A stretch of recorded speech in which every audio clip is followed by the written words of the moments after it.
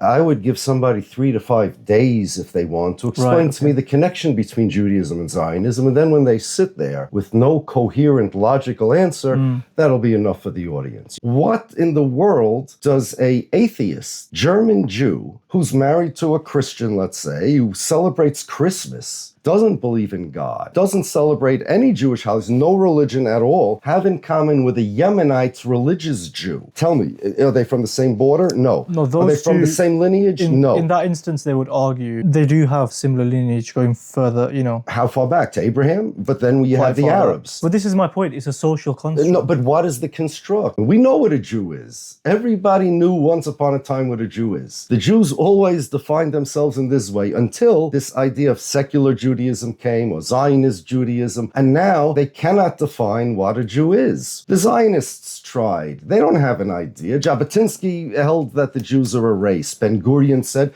there is no definition of a Jew. Jews don't have a definition. A Jew is a Jew is a Jew. The Zionists believed, like the anti-Semites did, that the Jews were decrepit, ugly, weak, immoral people, and they wanted to fix the Jews. So they figured that Zionism will change the aspirations of the Jews, the values of the Jews, the characteristics of the Jews, and even the genetics of the Jews. Now, if I would say God is all-powerful, I would add a word kaviochel. Kaviochel means in a manner of speaking. God is powerful, kaviochel. In modern Hebrew, kaviochel means as if.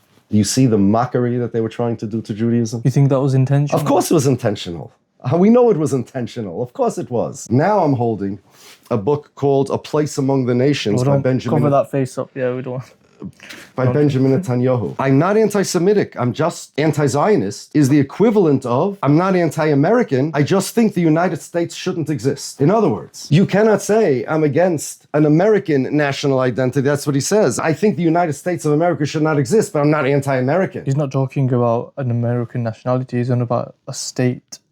Oh, but don't forget, Israel is the state of the Jewish nationality. In Israeli law, if you're born Jewish, I say me, and I would one day, or somebody, not me, I'm not going to do it, would decide one day to convert to another religion. Guess what? According to the law of return, he's not Jewish. Israel, by the 2018 nation-state law, is not the state of the Israeli citizens. It's the state of the Jewish nationality, which means if you are an Israeli citizen, but you're not Jewish, you are a citizen of Israel and you have whatever rights they give you. But Israel is not your country. However, according to Israeli law, Zionism, Israel is my country, even though I have nothing to do with the state of Israel. And even if I was able to trace my lineage up to the days of, let's say, King David, there were non-Jews living there also. I would still be a non-Jew. You have to be a Jew. That makes it different than all other countries. That's another story with the fear-mongering. Okay, so you're not a Zionist, you don't believe in Zionism, but if you don't support Israel, and if you don't relate to Israel, and if you don't stand with Israel, and if you don't agree with everything Israel does, then the crazy Islamists, the jihadists are going to take over the world. They want to change the world order. And there are neighborhoods in England, I'm sure you've heard this, that the police are scared to walk into because of Sharia law runs the neighborhoods. Someone recently told you that. Yes, that the police are afraid. Whole business with Israel and the Palestinians is a